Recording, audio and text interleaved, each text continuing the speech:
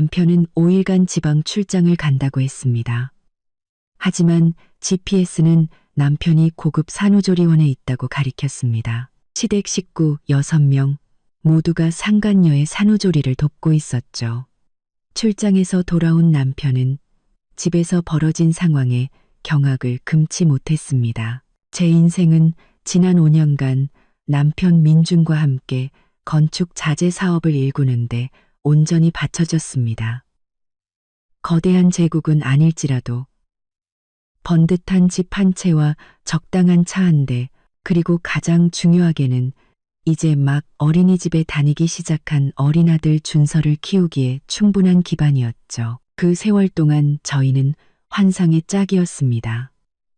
시장의 수많은 폭풍우를 함께 헤쳐나갔죠. 벽돌 한 장을 고르는 일부터 모래 일루배를 계산하는 일, 그리고 큰 거래처와 협상하는 것까지 모든 것을 함께 했습니다. 민주는 천부적인 소통 능력을 가진 사람이었어요.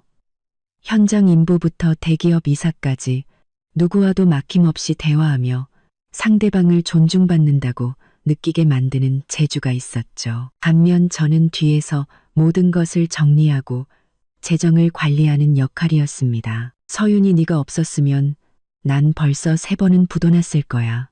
민주는 늘 그렇게 농담처럼 말했지만 저는 그 농담 속에 담긴 진심과 아내에 대한 깊은 신뢰를 알고 있었습니다. 하지만 최근 들어 작년 설날 이후로 모든 것이 변하기 시작했습니다.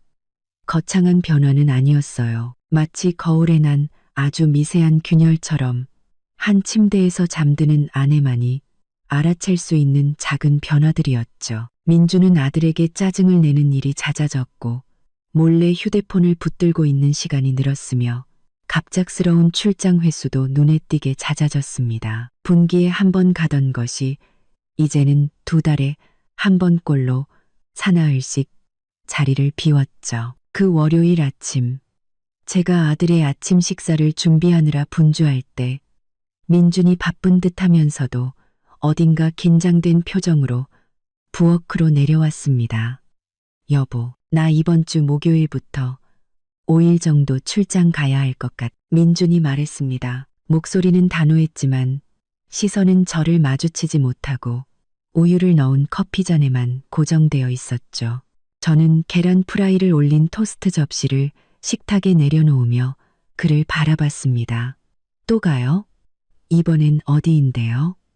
아, 포항에 새로 들어온 철강 물량이 있어서 고객사에서 직접 와서 샘플 확인하고 최종 계약을 마무리하자고 하네. 알다시피 큰 계약이라 내가 꼭 가야 해.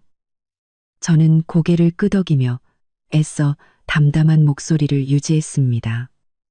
그럼 지훈 씨 보내면 안 돼요? 그 친구도 일 잘하잖아요. 지훈은 민준의 비서로 제가 입사 초기부터 직접 가르친 똑똑한 청년이었습니다. 민준은 뜨거운 커피를 한 모금 마시며 제 질문이 마음에 들지 않는다는 표정을 지었습니다. 안 돼. 이건 중요한 일이라 내가 직접 해야 해. 그리고 요즘 지훈이가 좀 해이해진 것 같아서 내가 직접 가는 게 마음 편해. 당신은 집에서 준서 잘 보고 회사 일 좀 챙겨줘. 회사 일은 걱정 마세요. 장부랑 주문 거는 제가 다 알아서 잘 처리하고 있으니까. 다만 요즘 당신 출장이 너무 잦잖아요. 우리 제대로 앉아서 대화할 시간도 없는 것 같아요. 저는 그의 눈을 들여다보며 한 가닥의 미안함이나 연민이라도 찾아보려 했지만 보이는 것은 무감각한 벽뿐이었습니다. 에이, 또 이상한 상상하지 마. 내가 누구 때문에 이렇게 일하는데. 다 우리 가족, 당신이랑 준서 때문이지.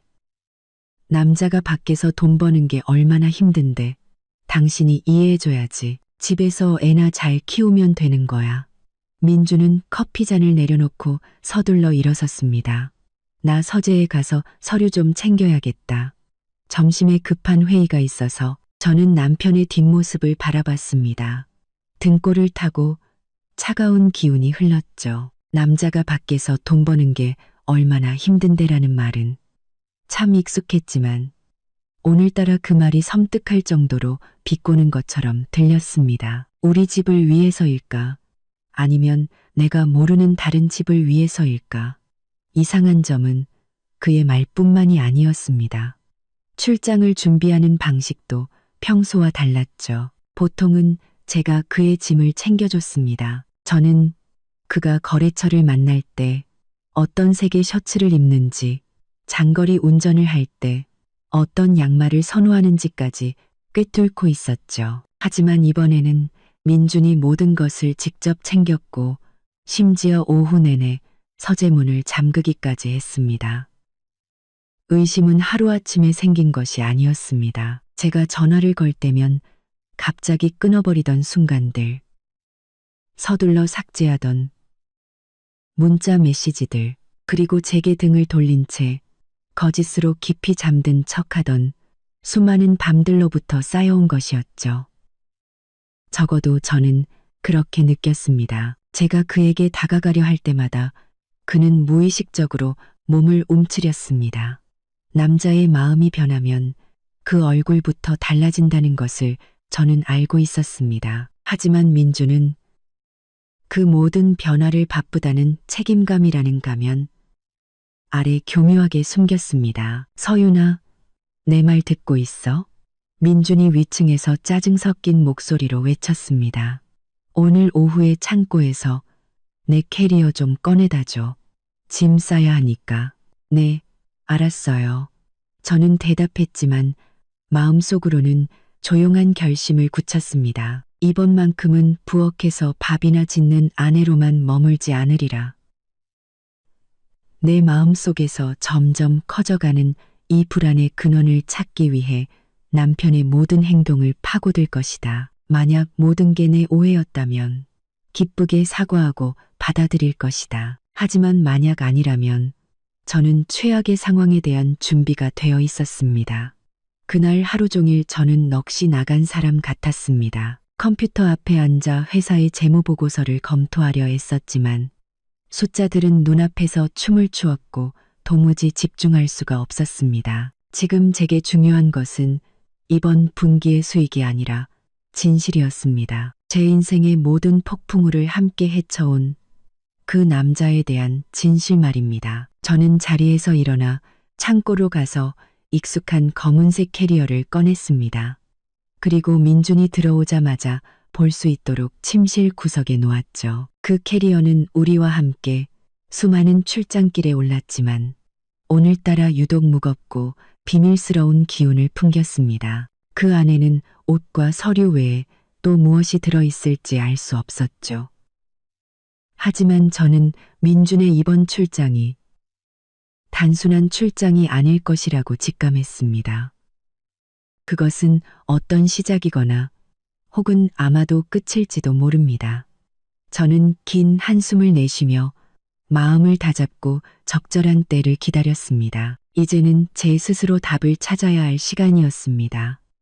그날 저녁은 마치 천둥번개를 가득 품은 먹구름처럼 무겁게 흘러갔습니다. 저희는 거의 완벽한 침묵 속에서 저녁 식사를 했죠. 아들 준서가 어린이집에서 있었던 일을 제잘거렸지만 저와 민주는 건성으로 고개를 끄덕일 뿐 마음은 다른 곳에 가 있었습니다. 아들이 잠든 후 저는 민준에게 회사 상황이나 새로운 거래처에 대해 물으며 대화를 시도했지만 그는 마지못해 대답할 뿐 다시 휴대폰 화면에 시선을 고정했습니다. 나 올라가서 짐 좀 쌀게. 내일 일찍 일어나야 해서. 제가 자신을 뚫어지게 쳐다보는 것을 느꼈는지 민준이 약간 짜증 섞인 목소리로 말했습니다. 제가 옷 챙기는 거 도와줄게요. 당신은 꼭 자잘한 걸 빼먹잖아요. 민준은 순간 움찔하는 듯 했지만 금세 태연한 척했습니다. 아니야, 괜찮아. 내가 알아서 할 수 있어. 이번엔 중요한 서류가 많아서 내가 직접 챙기는 게 확실해. 그가 그렇게 말했지만 저는 그를 따라 방으로 들어갔습니다. 저는 정장과 폴로 셔츠 몇 벌을 한쪽에 정리하기 시작했습니다. 그리고 그가 늘 챙겨 다니는 영양제와 두 통약이 담긴 상자를 꺼냈죠. 그때 민주는 속옷 서랍 앞에서 무언가를 만지작거리고 있었습니다. 여보. 제가 불렀습니다. 제 손은 넥타이를 정리하고 있었죠. 이 캐리어 좀 낡았네요. 보니까 밑에 있는 보조 수납 공간 지퍼 쪽이 뜯어진 것 같은데. 거기엔 중요한 거 넣지 마세요. 저는 아주 자연스럽게 말했지만 민준의 얼굴에 스치는 긴장감을 똑똑히 보았습니다. 그곳은 지난 몇 년간 우리 부부의 중요한 서류를 보관해 온 비밀 공간이었습니다. 사실 그곳은 보조 수납 공간이 아니라 숨겨진 지퍼로만 열 수 있는 이중 안감이었죠. 아, 거기? 아직 괜찮아. 예전에 작은 계약서들 넣어두던 곳인데 안전해서 그냥 계속 쓰게 되네. 민준이 대답했습니다. 하지만 그는 저를 보지 않았죠. 그의 손에는 두꺼운 수첩 크기의 작은 검은색 천 가방이 꽉 쥐어져 있었습니다. 민준은 캐리어를 바닥에 내려놓고 뚜껑을 활짝 연 뒤 제게 등을 돌린 채 옷을 확인하는 척했습니다. 그의 동작은 매우 빠르고 단호했습니다. 그의 동작은 매우 빠르고 단호했습니다. 그는 손을 캐리어 바닥으로 뻗어 숨겨진 지퍼를 찾아 열고 그 검은 가방을 안으로 밀어 넣었습니다. 그리고 재빨리 지퍼를 닫고 원래 안감을 덮어 캐리어를 원래 상태로 되돌려 놓았죠. 모든 것은 10초 안에 일어났지만 저는 그 모든 과정을 하나도 놓치지 않고 지켜보았습니다. 저는 숨소리가 흐트러지지 않도록 애썼습니다. 그 검은 가방은 뭐예요? 서류라면서 그렇게 깊숙이 숨겨야 해요. 민주는 돌아보며 어색한 미소를 지었습니다. 제가 거짓말을 감출 때 짓는 바로 그 미소였죠. 아, 별거 아니야. 신소재 기술 관련 기밀 문서라서 밖에 두면 잃어버릴까봐. 이거 우리 회사 미래가 걸린 중요한 사업 기밀일 수도 있다고. 그럼 서류 가방에 넣지. 왜 캐리어 밑바닥에 넣어요? 저는 여전히 그저 궁금한 아내처럼 부드러운 목소리로 물었습니다. 서류 가방은 남들이 보기 쉽잖아. 이 공간은 나만 아는 곳이니까. 걱정 마. 내가 하는 일은 다 철저하게 계산해서 하는 거니까. 그는 제 머리를 가볍게 쓰다듬었습니다. 예전에는 그토록 따뜻하게 느껴졌던 행동이 이제는 소름 끼치도록 가식적으로 느껴졌습니다. 저는 민준이 거짓말을 하고 있다는 것을 알았습니다. 정말 기밀 문서라면 방수, 방충격 기능이 있는 가방에 넣었을 것이고 보안 장치 하나 없는 그런 검은 천 가방에 넣지는 않았을 겁니다. 게다가 회사의 가장 중요한 서류는 모두 제가 관리하는 서재 금고에 있었습니다. 네, 그럼 제가 세면도구랑 칫솔 챙겨줄게요. 간식거리라도 좀 싸드릴까요? 저는 그의 의심을 거두기 위해 일부러 화제를 돌렸습니다. 아니, 괜찮아. 고마워. 당신은 먼저 자. 난 내일 일찍 일어나야 하니까. 이것만 마저 정리하고 바로 들어갈게. 민준이 말했습니다. 저는 침실을 나왔지만 잠자리에 들지 않았습니다. 저는 곧장 제 작은 서재로 들어가 컴퓨터를 켜고 두 가지 중요한 일을 했습니다. 첫째, 민준이 제게 문자로 보냈던 포항5일 출장 공지를 캡처했습니다. 터털, 이것은 거짓된 시간과 장소에 대한 증거가 될 겁니다. 둘째, 저는 위치 추적 앱을 열었습니다. 몇 년 전부터 저희는 서로의 위치를 항상 공유하도록 설정해 두었습니다. 주로 장거리 운전을 할 때 서로의 안전을 확인하기 위함이었죠. 저는 그의 위치 공유가 여전히 켜져 있는지 다시 한번 확인했습니다. 휴대폰 화면에는 민준의 위치가 집으로 표시되어 있었고 그것은 마치 조용한 약속처럼 보였습니다. 하지만 저는 그 약속이 캐리어 밑바닥 깊숙한 곳에 숨겨진 의문의 검은 가방에 의해 더럽혀졌다는 것을 알았습니다. 저는 침대로 돌아와 민준 옆에 누웠습니다. 그는 이미 등을 돌린 채 규칙적인 숨소리를 내며 깊이 잠든 척하고 있었죠. 저도 눈을 감았지만 정신은 그 어느 때보다 또렷했습니다. 오늘 밤은 잠들 수 없을 겁니다. 그 검은 가방, 그것은 단순한 기밀 문서가 아니라 끔찍한 비밀을 담고 있었습니다. 제가 애써 쌓아 올린 결혼 생활과 가정을 송두리째 무너뜨릴 수 있는 진실을 말입니다. 방 안은 어둠에 잠겼고 에어컨 소리만 규칙적으로 들려왔습니다. 저는 옆에 누운 남자의 숨소리를 들었습니다.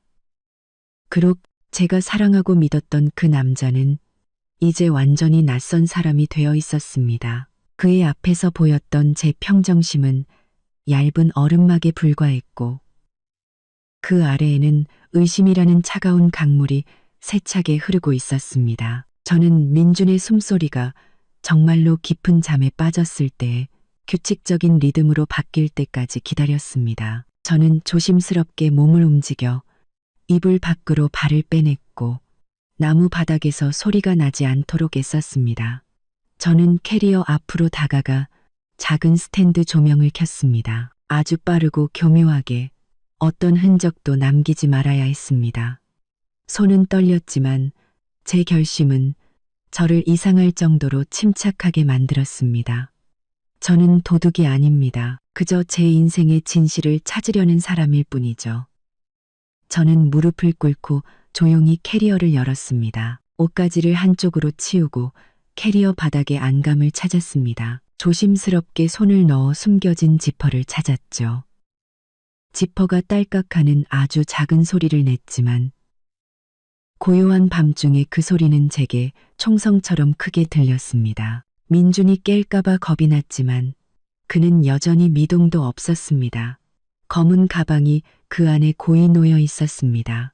저는 천천히 그것을 꺼내고 캐리어를 조심스럽게 원래 자리에 돌려놓았습니다. 저는 가방을 들고 서둘러 욕실로 들어가 문을 잠그고 가장 밝은 조명을 켰습니다. 진실의 순간이었습니다. 무엇이든 저는 마주해야만 했습니다. 저는 검은 가방을 열었습니다.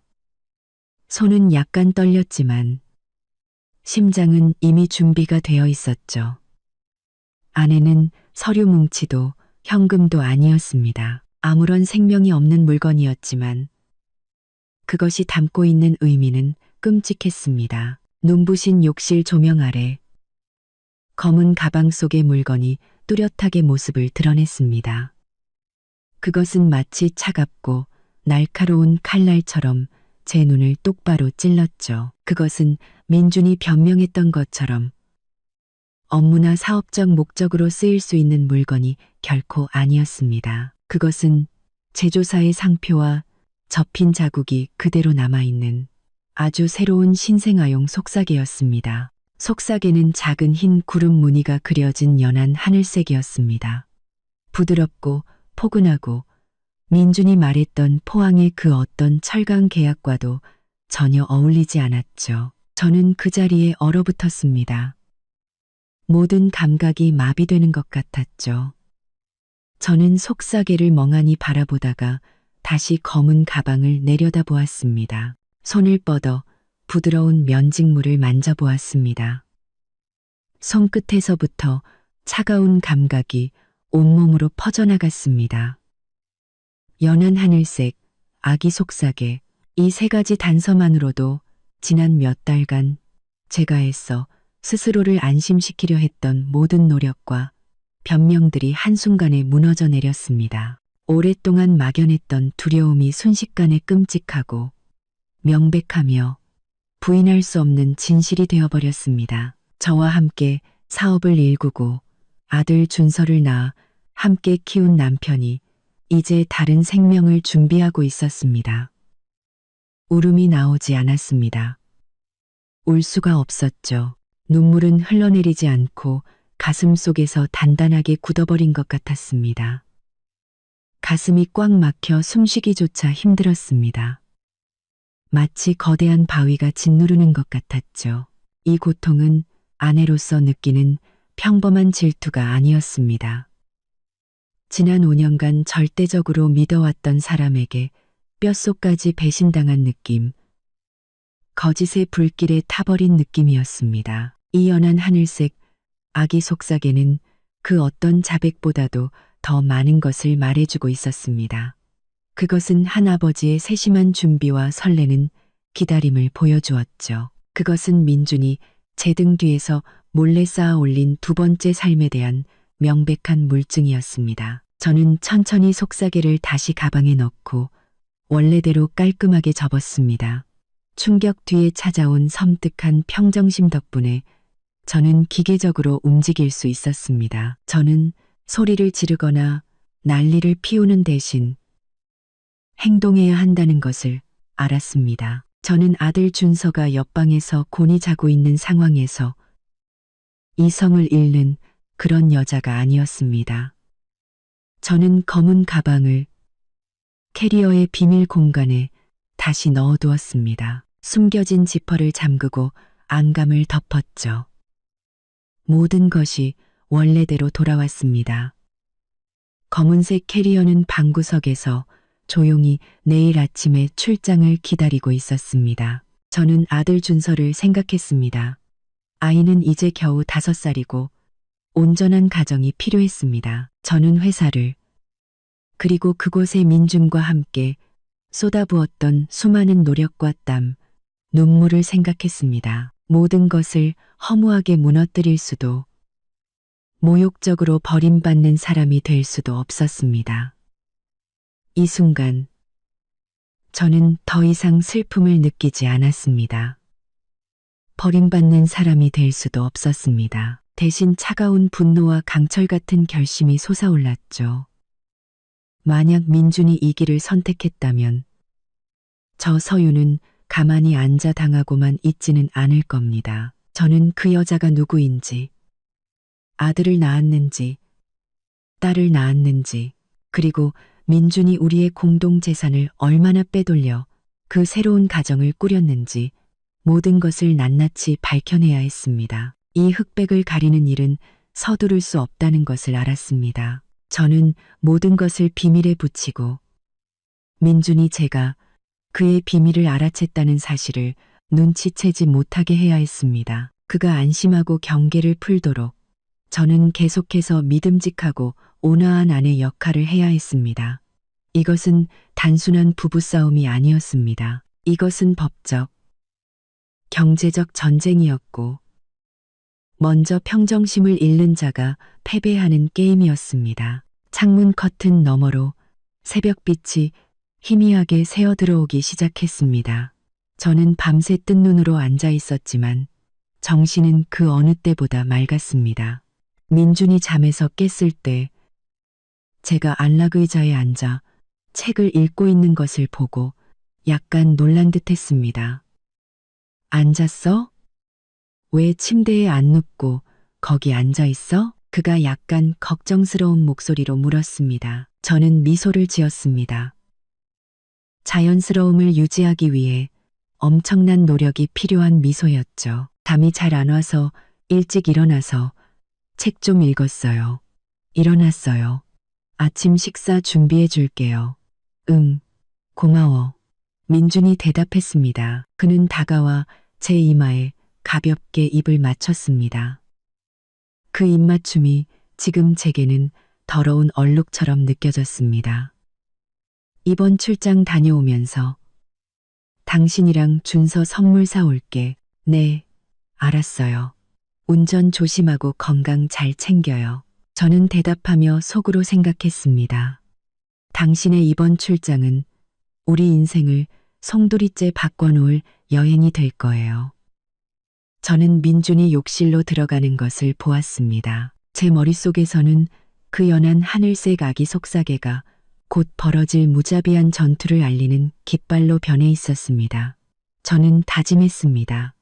아들을 위해 그리고 나 자신을 위해 강해져야 한다고. 저는 그 안락의자에 앉아 지난 1년여 동안 민준이 보였던 사소한 행동들, 무심코 지나쳤던 이상한 낌새들을 떠올렸습니다. 6개월 전부터 민준은 거래처와 술자리가 있다는 핑계를 대며 늦게 귀가하는 일이 잦아졌습니다. 그는 자정이 넘어 돌아오곤 했고 몸에서는 짙은 술 냄새와 낯선 향수 냄새가 났습니다. 제가 물으면 그는 귀찮다는 듯이 대꾸했죠. 여보, 큰 사업하려면 이런 접대는 어쩔 수 없어. 술집 여자들 향수 냄새겠지. 알잖아. 그냥 비즈니스야. 내가 뭐 선 넘는 짓이라도 한 것처럼 그러지 마.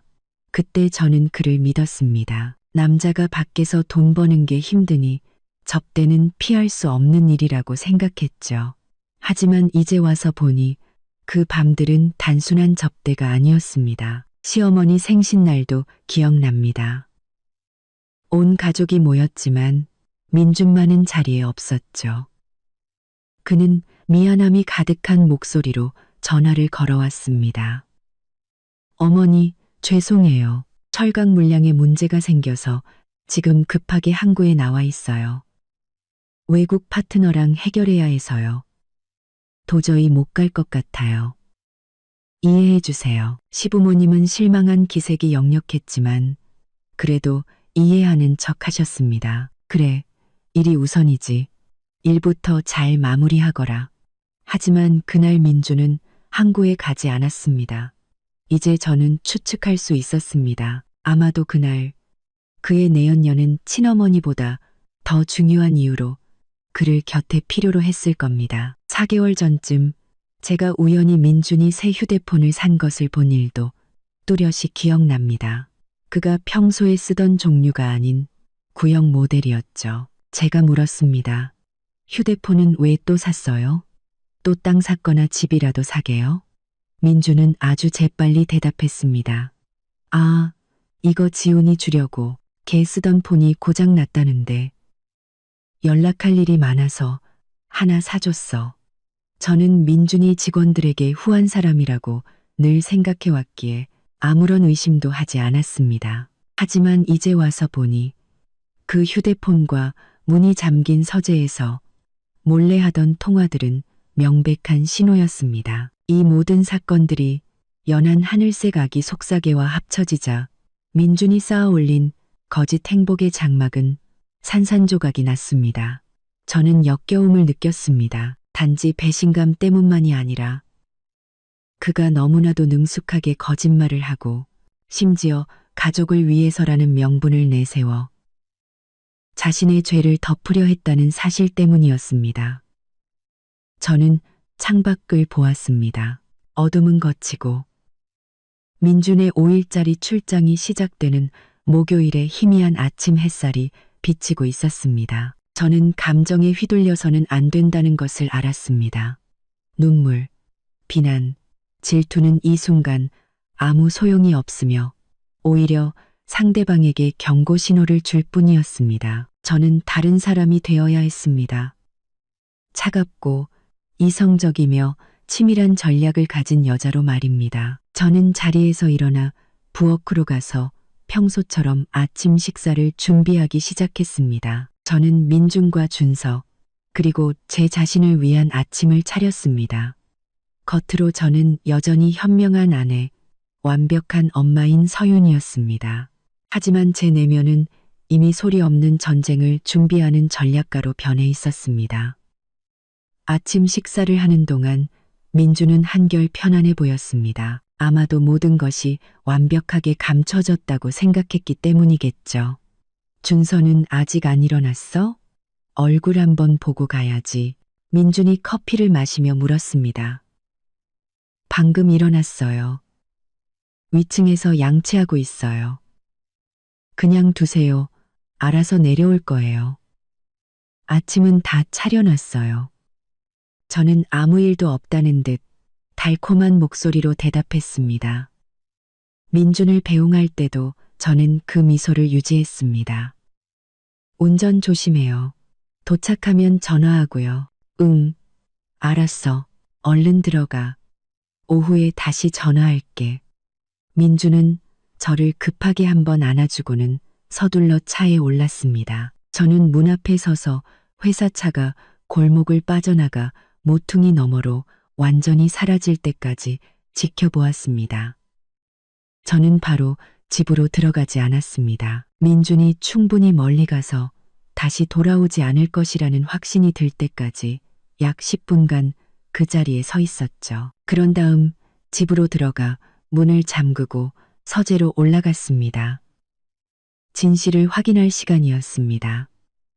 저는 휴대폰의 위치 추적 앱을 열었습니다. 숨이 멎는 듯했고 심장이 빠르게 뛰었습니다. 두려움 때문이 아니라 곧 드러날 끔찍한 진실에 대한 기다림 때문이었습니다. 저는 책상에 앉아 휴대폰을 양손으로 잡았습니다.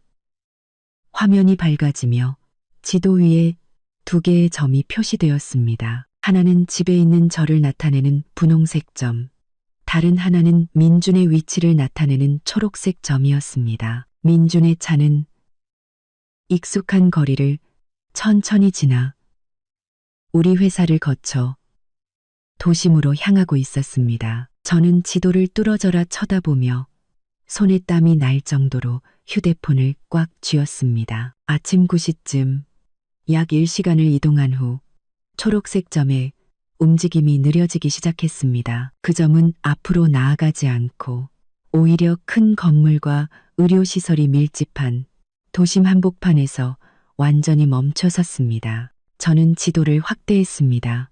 장소의 이름이 뚜렷하게 나타났습니다. 마치 칼로 심장을 도려내는 듯 차가운 이름이었습니다. 서울국제여성병원.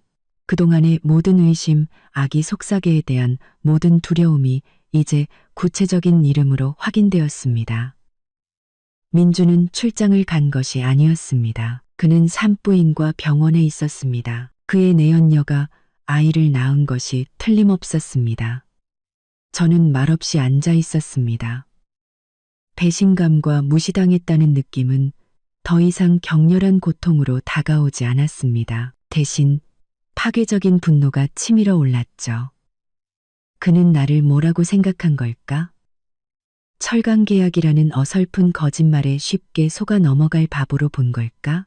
저는 제 개인용 차, 주로 장을 보거나 아이를 데리러 갈 때 쓰는 작은 차를 몰고 나갔습니다. 저는 지도에 표시된 민준의 경로를 그대로 따라 운전했습니다. 가는 내내 저는 생각을 정리하려 했었습니다. 그곳에 도착하면 무엇을 해야 할까? 소리를 지르고 난동을 부릴까? 아니, 절대 안 돼. 나는 모든 것을 알지만 아무도 내가 안다는 사실을 모르게 하는 우위에 서야만 했습니다. 목적지에 도착한 저는 병원 정문에서 약 200m 떨어진 관찰하기 좋은 구석진 곳에 차를 세웠습니다. 서울국제여성병원은 매우 크고 호화로운 곳이었습니다. 예전에 제가 준서를 낳을 때 민준이 비용 때문에 한참을 망설였던 곳이었죠. 저는 차 안에서 선글라스를 고쳤었습니다. 불과 몇 분 후 저는 우리 회사 차가 병원의 VIP 주차장에 서 있는 것을 보았습니다.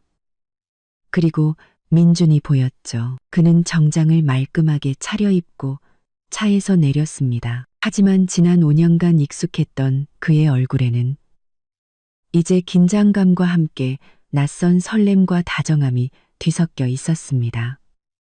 민주는 정문으로 향했지만 바로 들어가지 않았습니다. 대신 병원 바로 맞은편에 있는 편의점으로 들어갔죠. 저는 앞유리를 통해 눈을 가늘게 뜨고 그를 지켜봤습니다. 그가 많은 물건을 사는 것이 보였습니다. 그는 커다란 분유통을 집어들고 유통기한을 꼼꼼히 살폈습니다. 그 다음엔 신생아용 기저귀 몇 팩을 집어들었죠.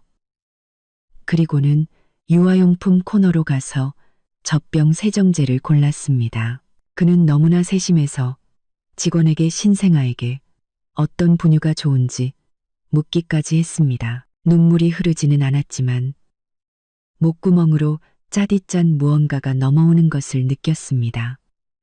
고통스러워서 운 것이 아니었습니다. 진실이 너무나 명백하고 적나라해서 흘리는 눈물이었습니다. 저는 휴대폰을 꺼냈습니다. 그에게 전화하기 위해서가 아니라 사진을 찍기 위해서였죠. 저는 주차장에 서 있는 회사차를 찍었습니다. 양손에 신생아 용품이 가득 담긴 봉투를 들고 편의점에서 나오는 민준의 모습을 찍었습니다. 이 증거는 그 어떤 변호사도 부인할 수 없을 겁니다. 그 후 민준은 서둘러 병원 안으로 들어갔습니다. 저는 자동문 뒤로 사라지는 그의 뒷모습을 보았습니다. 저는 차를 빼서 짧게 한 바퀴 돌았습니다. 제 마음은 이제 완전히 굳어져 있었습니다. 저는 차를 빼서 짧게 한 바퀴 돌았습니다. 다음에 무엇을 해야 할지 분명히 알았죠. 저는 집으로 돌아가 아무것도 모르는 아내 역할을 계속하며 기다려야 했습니다. 민준이 그 새로운 가정에서 자리를 잡을 때까지 말입니다. 10시가 조금 안 된 시각, 저는 민준의 번호를 눌렀습니다. 그의 거짓말을 다시 한번 확인해야 했습니다. 그의 목소리로 거짓말을 직접 들어야 제 분노가 더욱 날카로워질 테니까요. 저는 집으로 돌아오는 내내 떠날 때와는 완전히 다른 심리 상태로 운전했습니다. 10시 15분쯤 저는 민준에게 전화를 걸었습니다. 신호음이 한참 동안 울렸고 저는 온갖 추측을 해야 했습니다. 그는 지금 병실에 있을 테고 내연녀와 아이 때문에 바쁠 것이다. 과연 전화를 받을까? 받지 않는다면 또 무슨 핑계를 댈까? 민준은 5번째 신호음이 울렸을 때 전화를 받았습니다. 그의 목소리는 약간 숨이 찼고 서두르는 듯 멀게 느껴졌지만 애써 다정한 척했습니다. 여보, 나야. 저는 감정을 억누르며 최대한 자연스럽고 심지어 애교 섞인 걱정스러운 목소리를 냈습니다. 도착했어요? 숙소는 잡았는지, 오는 길에 피곤하지는 않았는지 궁금해서 전화했어요. 민준은 즉시 대답했습니다. 그의 목소리는 바쁜 직장인의 단호한 톤으로 금세 돌아왔습니다. 응, 방금 도착했어. 너무 피곤하다. 길도 멀고 차도 엄청 막히더라. 이제 막 호텔에 체크인했는데 여긴 좀 덥네. 그래도 괜찮아. 얼른 뭐 좀 먹고 바로 회의 들어가야 해. 아, 정말 고생이 많네요. 식사는 했어요? 꼭 따뜻한 밥 챙겨 먹고 일해요. 저는 말하며 속으로 되뇌었습니다. 당신은 지금 산부인과에 있으면서 무슨 회의를 한다는 거야? 응, 알았어. 걱정 마. 잠깐 밖에 나가서 뭐 좀 먹고 호텔 들어와서 쉬다가 좀 이따 파트너들 바로 온대. 그가 말했습니다. 그때 수화기 너머로 문이 닫히거나 누군가 움직이는 듯한 작은 소리가 들렸습니다. 내가 나중에 다시 전화할게. 지금 좀 바빠서. 네, 알겠어요. 건강 잘 챙겨요. 저랑 준서는 집에서 잘 지내고 있으니까 걱정 말고 일 보세요. 저는 그렇게 대답하고 전화를 끊었습니다. 저는 휴대폰을 책상에 내려놓았습니다. 머릿속이 복잡했죠. 그 거짓된 대화는 한치의 망설임도 없이 유창하게 흘러갔습니다. 민주는 포항에 있고 호텔에 있으며 회의를 준비 중이라고 했습니다. 현실은 그는 저에게서 불과 몇 킬로미터 떨어진 서울국제여성병원에 있었습니다. 그의 뻔뻔함은 모든 한계를 넘어섰습니다. 분노를 억눌러야 했습니다. 지금 제가 할 수 있는 유일한 일이었습니다. 모든 울분과 분노를 억누르고 섣불리 행동해서 그를 경계하게 만들어서는 안 됐습니다. 만약 지금 제가 난리를 피운다면 민주는 경계심을 품고 모든 흔적을 지울 것이고 저는 법적, 경제적으로 유리한 고지를 잃게 될 겁니다. 저는 상황을 정리하기 시작했습니다. 모든 것이 명백해졌습니다. 민주는 사생아를 낳았고 내연녀가 있으며 그녀를 최고급 병원에 입원시켰습니다. 그는 이 모든 일에 우리의 공동 재산을 사용했습니다. 다음으로 제가 해야 할 일은 체계적으로 증거를 수집하는 것이었습니다. 저는 제 고통을 명민함으로 배신감을 법적 무기로 바꿔야 했습니다. 저는 컴퓨터를 켜고 일을 시작했습니다. 회사 일이 아닌 제 개인적인 일을 말입니다.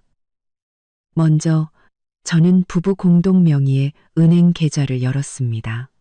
이 계좌는 제가 관리하고 있었고 민주는 돈을 인출하고 결제할 권한만 있었지만 모든 거래 내역은 제게 통보되었습니다. 저는 최근 6개월간의 모든 거래 내역을 훑었습니다. 저는 비정상적으로 큰 지출 내역에 집중했습니다. 제 눈은 2주 전에 한 거액 이체 거래에 멈췄습니다. 금액은 2천만 원. 메모란에는 신규 프로젝트 지원금이라고 적혀 있었습니다.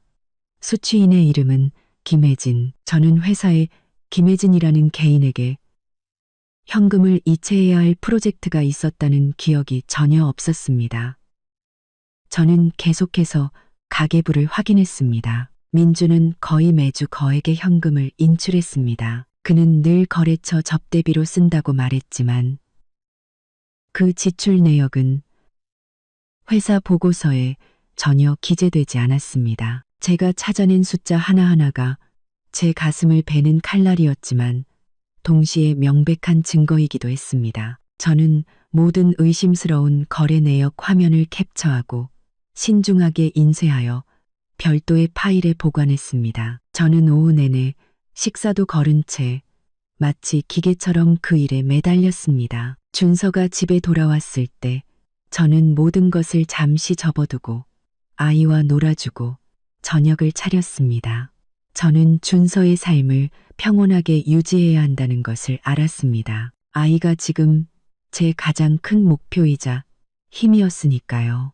준서가 잠든 후 저는 다시 일을 계속했습니다. 저는 집문서, 등기부등본, 사업자 등록증 등 모든 서류를 찾아냈습니다. 소유주 이름과 발급 날짜를 확인했죠. 무엇이 제 소유이고 무엇이 합법적인 공동재산인지 정확히 알고 싶었습니다. 저는 이 모든 일을 혼자 할 수 없다는 것을 알았습니다. 제게는 동맹, 즉 제가 스스로는 다가갈 수 없는 비밀의 깊은 곳까지 파고들어줄 전문가가 필요했습니다. 하지만 그 전에 저는 그 여자와 시댁 식구들의 공모에 대한 명백한 증거가 더 필요했습니다. 시댁 식구들의 진실, 문제는 민준의 내연녀에서 그치지 않았습니다. 다음 날 아침 저는 사람의 마음을 시험해 보기로 결심했습니다. 저는 그 어떤 할아버지, 할머니도 외면할 수 없는 이유를 택했습니다.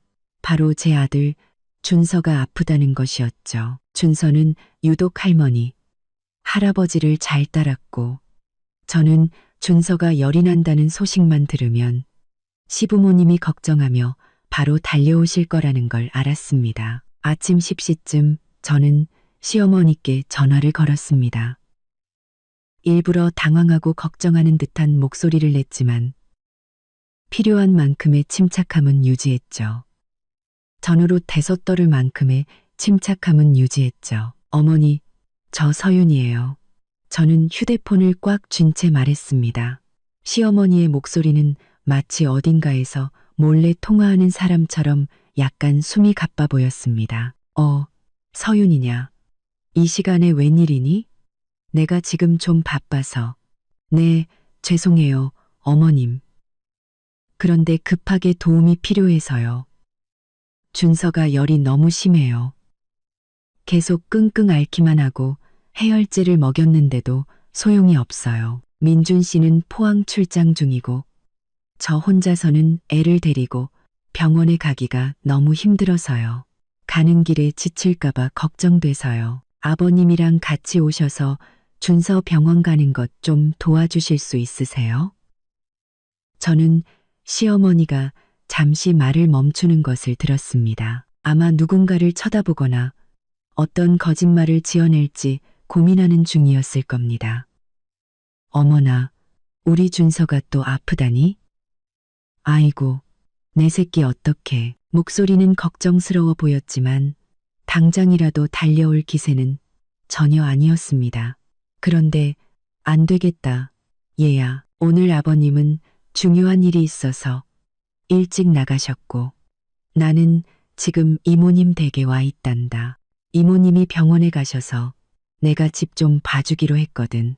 좀 이따 정수기 설치 기사님도 오기로 해서 꼼짝을 못해. 저는 그 어설픈 거짓말에 기가 막혔습니다. 시댁과 이모님 댁은 도시 반대편에 있었고 시어머니는 자기 집 외에 다른 사람 집 정수기 설치에 관심을 가진 적이 단 한 번도 없었습니다. 어머님, 그래도 애가 열이 40도 가까이 돼요. 택시를 부를 수는 있지만 혼자서 애가 힘들어할까봐 걱정돼서요. 아니면 아가씨한테 전화해서 잠깐 와달라고 해주실 수 있으세요? 민지요? 아, 민지 말이야. 걔도 지금 정신없이 바쁘다. 며칠 전부터 절에 템플스테이 간다고 휴가 냈어. 휴대폰도 꺼놨을걸. 누구한테도 방해받고 싶지 않다고 했거든. 그러니 네가 좀 고생스럽더라도 택시 불러서 애 데리고 병원 다녀오너라. 무슨 일 있으면 전화해서 소식 전해주고 나도 바빠서 이만 끊어야겠다. 그렇게 말하고 시어머니는 제가 한마디 더 할 기회도 주지 않고 서둘러 전화를 끊었습니다. 저는 휴대폰 화면을 바라보았습니다. 마음이 얼어붙는 것 같았죠. 시어머니는 거절했을 뿐만 아니라 어처구니 없을 정도로 말이 안 되는 핑계를 댔습니다. 고열에 시달리는 친손자를 내버려 두고 이모님 댁을 봐주고 정수기 기사를 기다리겠다는 할머니라니. 저는 민지가 템플스테이를 갔다는 말을 조금도 믿지 않았습니다. 시누이인 민지는 소셜미디어 중독자였고 12시간 이상 휴대폰 없이 살 수 없는 사람이었습니다. 분명 시댁 식구들 모두 민준의 일을 알고 있었고 지금쯤 어딘가에서 그의 새로운 행복한 가정을 돌보느라 바쁜 것이 틀림없었습니다. 저는 민지가 전화를 받지 않을 것을 알면서도 전화를 걸었습니다. 예상대로 민지의 휴대폰은 계속 신호만 가다가 음성 사서함으로 넘어갔습니다. 저는 한 번 더 전화를 걸었습니다. 제 마음은 이제 놀라움이 아니라 명백한 확신으로 가득 찼습니다. 시댁 식구들은 민준의 죄를 덮기 위해 공모하고 있었습니다. 이 공모 사실은 남편의 배신보다 저를 더 분노하게 만들었습니다. 제가 지난 5년간 진심으로 모시고 존경했던 그들이 이제 와서 저와 그들의 친손자에게 등을 돌리기로 선택한 것입니다. 저는 준서를 꼭 껴안았습니다. 우리 둘이서 병원 가자, 준서야. 미안해. 아무도 필요 없어. 저는 아이를 데리고 병원에 다녀온 후 오후에 집으로 돌아왔습니다. 아이는 의사에게 약을 처방받고 열이 내리기 시작했죠. 준서가 깊이 잠든 동안 저는 제 일을 계속했습니다. 저는 주소록을 열어 예전 사업 파트너에게서 평판이 좋다고 들었던 변호사의 번호를 찾았고 연락할 준비를 했습니다. 하지만 제게는 증거가 하나 더 필요했습니다. 금융거래 내역이나 병원 밖에 주차된 차 사진이 아닌 민준의 새로운 가족이 함께 있는 완전한 그림 말입니다. 저는 서울국제여성병원에 다시 가야 했습니다. 이번에는 밖에서 지켜보기만 하지는 않을 겁니다. 민준이 출장을 떠난 지 이틀 후인 토요일이 되어서야 저는 다시 서울국제여성병원에 갈 기회를 잡을 수 있었습니다. 저는 병원이 붐비고 민준이 시댁 식구들을 모두 데리고 문병을 올 가능성이 높아 그들의 경계심이 느슨해질 주말을 택했습니다. 저는 이번 방문을 위해 철저히 준비했죠. 옷차림을 완전히 바꿨습니다. 단정한 오피스룩 대신 헐렁한 청바지에 후드티를 입고 두꺼운 뿔테 안경과 얼굴 대부분을 가리는 의료용 마스크를 썼습니다. 저는 민준과 그의 내연녀를 봤을지도 모르는 병원 직원 중 그 누구도 제가 속고 있는 아내라는 사실을 알아채지 못하기를 바랐습니다. 저는 병원으로 차를 몰고 가 꽤 멀리 떨어진 공영 주차장에 차를 세운 뒤 걸어 들어갔습니다. 서울국제여성병원은 정말 호화로운 곳이었습니다. 로비는 넓고 깨끗했으며 은은한 아로마 오일 향기가 났죠. 저는 산부인과 진료실을 찾는 척하며 주위를 살피며 천천히 걸었습니다. 저는 사람이 많이 오가는 엘리베이터 구역으로 갔습니다. 구석진 곳에 서서 휴대폰을 보는 척했지만 제 귀는 간호사들과 직원들의 모든 대화에 집중하고 있었습니다. 그러다 저는 안내 데스크 근처에 서서 이야기를 나누며 킥킥거리는 젊은 간호사 2명의 대화를 엿듣게 되었습니다. 선생님, 306호 산모님 보셨어요? 한 간호사가 말했습니다. 아, 그 김혜진 씨요. 봤죠. 그분 남편분 정말 최고인 것 같아요. 매일같이 와서 거의 여기서 사시는 것 같던데요. 심지어 개인 간병인까지 따로 고용했더라고요. 정말 대단해요. 다른 간호사가 감탄하는 목소리로 대답했습니다. 맞아요. 듣자 하니 시댁 식구들도 총출동해서 극진히 돌봐준대요. 시아버지, 시어머니, 시누이까지 온 가족이 교대로 와서 돌본다니 그분 정말 복받은 거죠. 여기 있는 다른 산모들 보면 남편은 잠깐 왔다 가기 바쁜데. 아, 그분 아기 아들이에요. 딸이에요? 귀한 아들이라서 온 집안이 난리 났다던데요. 아들이래요. 그런데 정말 예쁘게 생겼어요. 아마 첫째인가 봐요. 사는 물건들이 전부 새 것이고 아직 육아 경험은 없어 보이더라고요. 심장이 멎는 것 같았습니다. 306호 김혜진 씨, 온 시댁 식구, 귀한 아들, 최고의 남편, 모든 것이 하나의 진실을 가리키고 있었습니다. 민주는 김혜진이라는 여자와 아들을 낳았고 그의 가족 모두가 그 사실을 알 뿐만 아니라 그녀를 극진히 돌보고 있었습니다. 저는 깊은 숨을 들이쉬며 호흡을 가다듬었습니다. 저는 306호에 가봐야 했습니다. 저는 3층으로 걸어 올라갔습니다. 복도는 더 조용했고 각 병실은 1인실이었습니다. 저는 조용히 걸으며 문 하나하나를 살폈습니다. 306호에 가까워질수록 제 발걸음은 느려졌지만 동시에 더 단호해졌죠. 마침내 저는 306호 문 앞에 섰습니다. 문이 살짝 열려 있었고 안에서 조용히 대화하는 소리가 들려왔습니다. 저는 문틈에 귀를 바싹대고 엿들었습니다. 시어머니의 목소리였습니다. 혜진아, 이 미역국 좀 다 먹으렴. 잘 먹어야 우리 손주 먹일 젖이 잘 나오지. 그리고 민준의 목소리가 들렸습니다. 먹어, 내가 떠먹여줄게. 당신은 그냥 푹 쉬기만 해. 회사 일은 내가 다 알아서 처리했어. 우리 아들 정말 순하다. 세상 모르고 자네. 시누이 민지의 목소리도 끼어들었습니다. 새언니, 걱정 말고 푹 쉬세요. 제가 몸에 좋은 거 더 사왔어요. 아무 걱정 마세요. 우리 식구들이 다 여기 있잖아요. 새언니. 그 단어는 마치 망치처럼 제 머리를 강타했습니다. 제가 그토록 잘해주었던 시누이 민지, 지난 5년간 저를 형님이라고 불렀던 그녀가 이제 저 여자를 새언니라고 부르고 있었습니다. 더 이상 참을 수 없었습니다. 저는 영상과 음성 증거가 필요했습니다.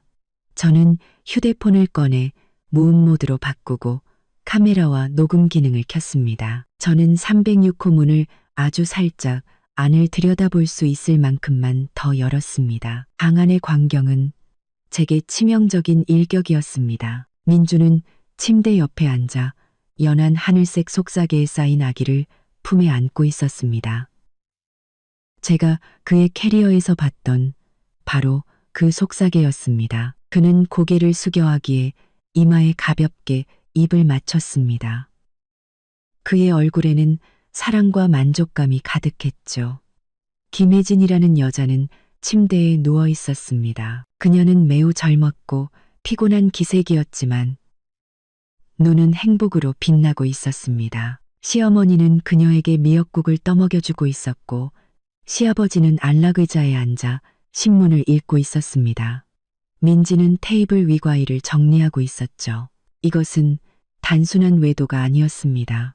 이것은 한 가족 전체의 배신이었습니다. 그들은 제 재산을 이용해 새로운 가정을, 새로운 완전함을 구축하고 저를 그들의 삶에서 공공연하게 제거해버렸습니다. 저는 숨을 들이쉬고 휴대폰을 꽉 쥐었습니다. 저는 셔터를 계속 눌러 그 모든 광경을 기록했습니다.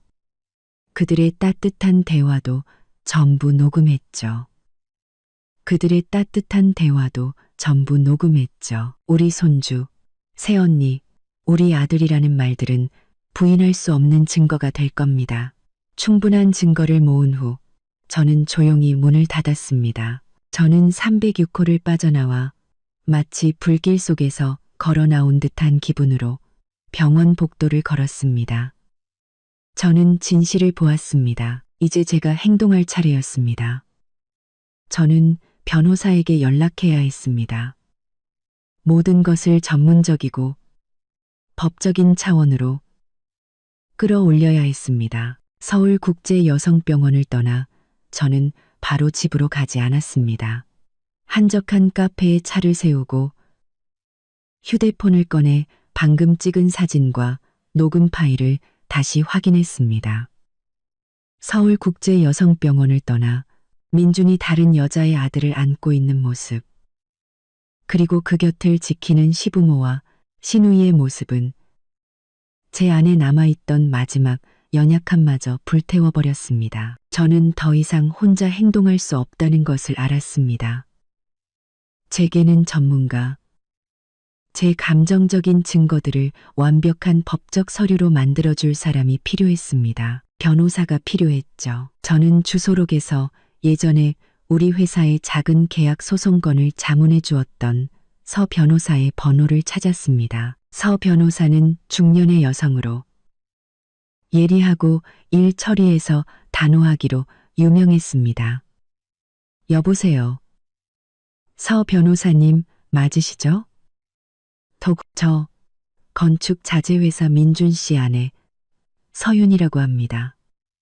서 변호사의 목소리가 재빠르게 응답했습니다. 아, 서윤 씨. 오랜만이네요. 무슨 새로운 계약건이라도 있나요? 아닙니다. 아주 심각한 개인적인 일로 연락드렸습니다. 혹시 가장 빠른 시일 내에 한번 뵐 수 있을까요? 모든 자료를 가지고 가겠습니다. 서 변호사는 잠시 침묵했습니다. 아마도 제 목소리에서 심각성을 느꼈을 겁니다. 좋아요. 오늘 저녁 8시에 제 사무실로 오세요. 7시에 약속이 있는데 아마 일찍 끝날 겁니다. 오시면 서윤 씨를 위해 따로 시간을 내드리죠. 저는 전화를 끊고 조금 안도감을 느꼈습니다. 적어도 나아갈 방향이 생긴 셈이었죠. 다음으로 저는 탐정이 필요했습니다. 법은 재산과 관계에 대한 증거를 필요로 한다는 것을 알았고, 전문 탐정은 저보다 더 빠르고 은밀하게 그 일을 해낼 수 있을 겁니다. 오랜 친구를 통해 저는 김 탐정 사무소를 소개받았습니다. 김 탐정은 경험이 많고 독립적으로 활동하며 입이 무겁기로 유명했습니다. 저는 바로 그날 오후에 김 탐정에게 연락해 약속을 잡았습니다. 김 탐정을 만났을 때 저는 돌려 말하지 않았습니다. 제가 수집한 모든 증거를 테이블 위에 올려놓았습니다. 민준이 신생아 용품을 사는 사진, 306호에서 시댁 식구들과 함께 있는 사진, 녹음 파일, 그리고 김혜진이라는 여자에게 이체된 의심스러운 거래 내역서까지. 안경을 쓴 중년의 남성인 김 탐정은 침착한 눈으로 저를 바라보았습니다. 그는 사진과 재무 자료를 꼼꼼히 검토했습니다. 서윤 씨, 제공해 주신 자료만 봐도 사건은 명백하군요. 이건 단순한 외도가 아닙니다. 공동 재산을 유용하여 별도의 가정을 꾸린 행위입니다. 이건 민준 씨에게 법적으로 매우 불리하게 작용할 겁니다. 김 탐정이 말했습니다. 제가 원하는 건 두 가지입니다. 저는 단호한 목소리로 말했죠. 첫째, 이 김혜진이라는 여자의 신원과 배경을 조사해 주세요. 그녀가 누구인지, 무슨 일을 하는지, 우리 회사와 어떤 관계가 있었는지, 그리고 언제부터 민준 씨의 아이를 가졌는지요. 둘째, 부동산에 대해 조사해 주세요. 민준 씨가 그녀에게 상당한 재산을 넘겼을 것으로 의심됩니다. 김 탐정은 고개를 끄덕이며 제게 계약서를 내밀었습니다. 즉시 조사에 착수하겠습니다. 초기 증거 수집을 아주 잘해 주셨습니다. 특히 시댁 식구들의 공모에 대한 증거는 매우 중요합니다. 계약서에 서명하고 성금을 지불한 후 저는 김 탐정의 사무실을 나왔습니다. 무거운 짐을 나누어진 기분이었습니다. 이제 민준과 그의 가족이 만들어낸 어둠 속으로 저를 대신해 깊이 파고들어줄 사람이 생긴 겁니다. 저녁에는 서 변호사를 만났습니다. 저는 아기 속삭의 이야기부터 306호에서의 광경까지 모든 것을 털어놓았습니다. 변호사님, 이혼하고 싶습니다. 하지만 단순히 재산을 반으로 나누고 싶지는 않아요. 양육권은 제가 갖고 민준 씨가 저 여자에게 넘긴 우리 공동 재산 전부를 되찾아야겠습니다. 저는 분명하게 말했습니다. 서 변호사는 감탄 어린 눈으로 저를 바라보았습니다. 서윤 씨, 이해했습니다. 가지고 계신 증거들을 보면 우리가 매우 유리한 고지에 있습니다. 하지만 제3자에게 넘어간 재산을 되찾는 것은 좀 더 복잡할 수 있습니다. 자금의 출처와 이체 목적에 대한 명확한 증거가 필요합니다. 제가 기본적인 법적 서류를 준비해 두겠습니다. 김 탐정에게서 상세 보고서가 오면 바로 소송을 시작하겠습니다. 그때까지 평정심을 유지하고 아무것도 모르는 아내 역할을 계속하셔야 합니다. 저는 고개를 끄덕였습니다. 서 변호사와 김 탐정을 만난 것은 제 고통을 구체적인 행동 계획으로 바꾸는데 큰 도움이 되었습니다. 저는 이제 민준과 그의 가족을 마주할 준비가 되었습니다. 눈물이 아닌 법과 진실로 말입니다. 서 변호사와 김 탐정을 만난 지 이틀 후 저는 아무 일도 없었다는 듯이 일상을 계속했습니다. 평소처럼 회사에 출근해 계약서를 검토하고 직원들과 회의를 했죠.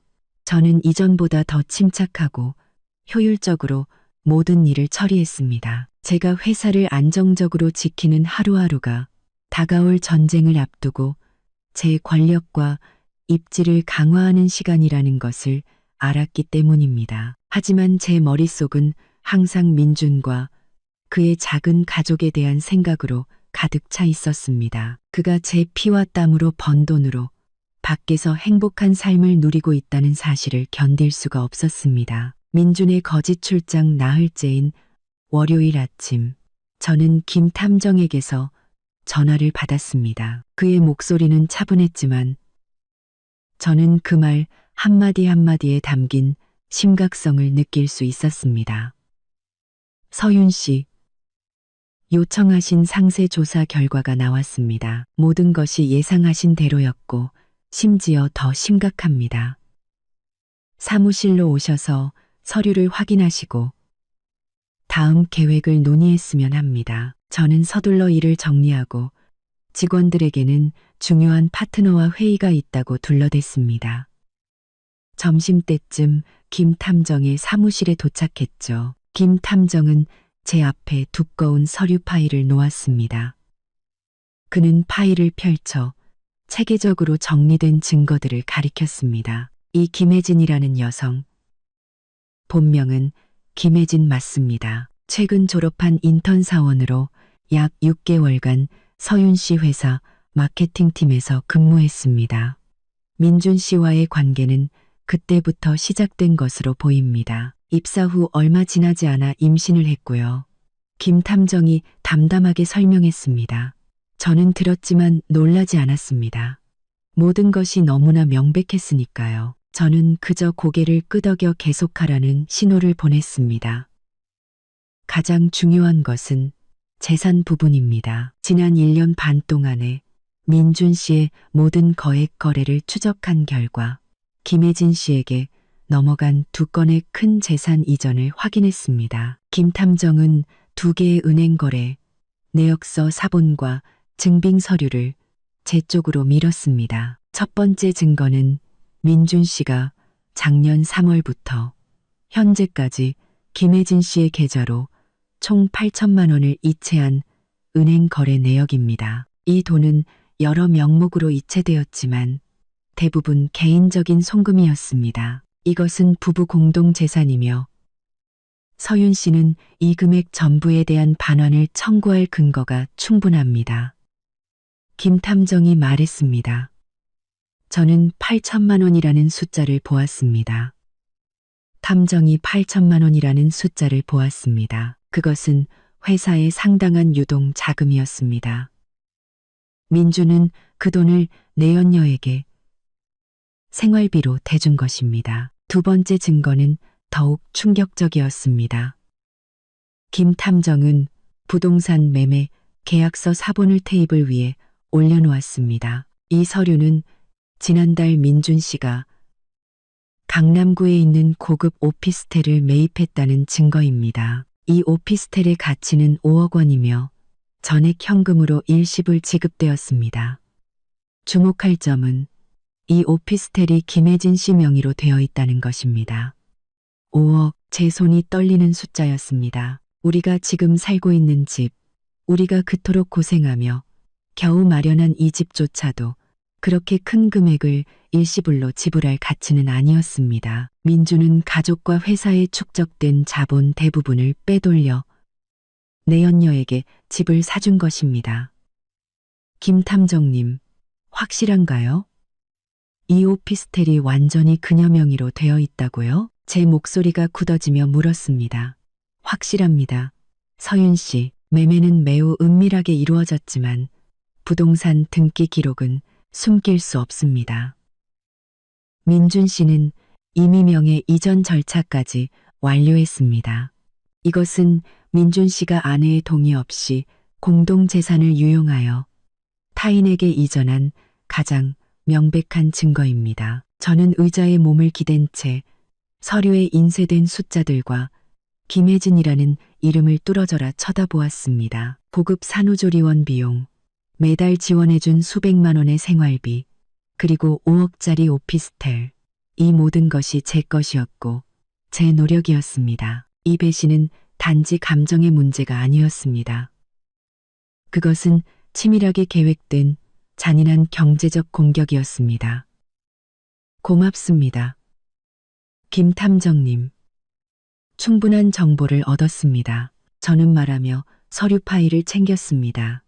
저는 즉시서 변호사에게 전화를 걸었습니다. 변호사님. 탐정에게서 모든 서류를 받았습니다. 오피스텔 5억, 현금 8천만 원입니다. 최대한 빨리 이혼 소송 및 재산 반환 청구 소송 서류를 준비해 주십시오. 서 변호사는 잠시 침묵하더니 전문가다운 목소리로 말했습니다. 알겠습니다. 서윤 씨, 그 서류들을 제게 가져오시면 즉시 절차에 착수하겠습니다.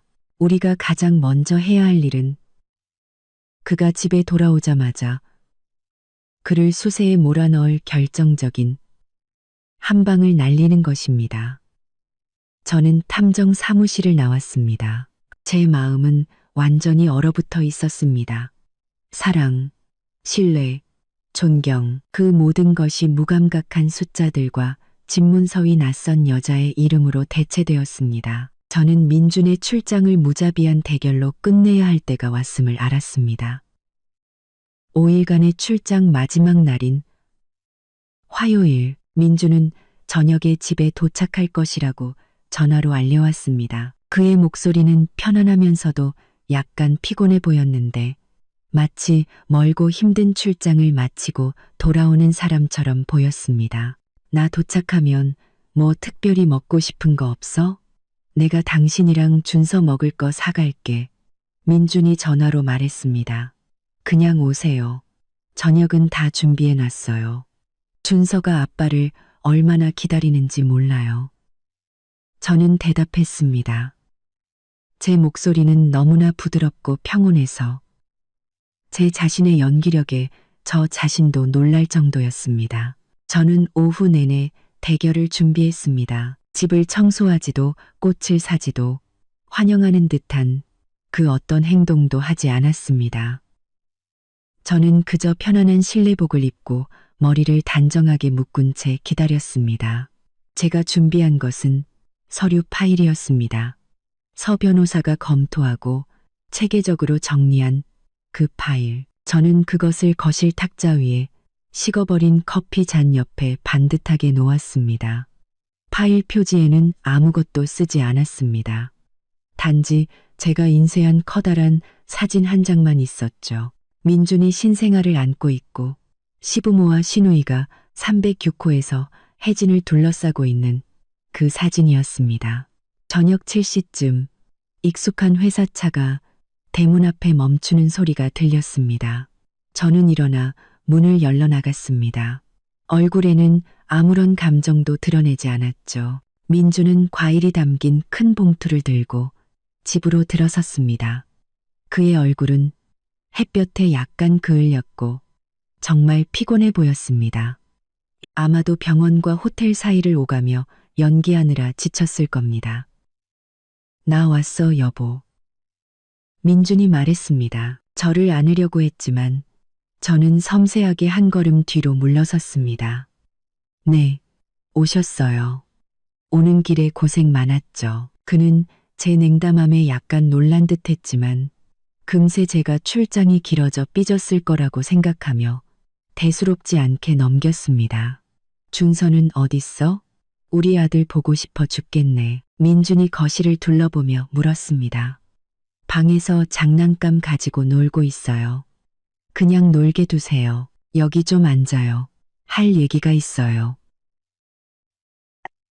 저는 탁자 맞은편 소파를 가리키며 말했습니다. 민주는 선물 봉투를 내려놓고 소파로 향했습니다. 그가 자리에 앉자마자 그의 시선은 탁자 위의 사진에 부딪혔습니다. 민주는 그 자리에 얼어붙었습니다.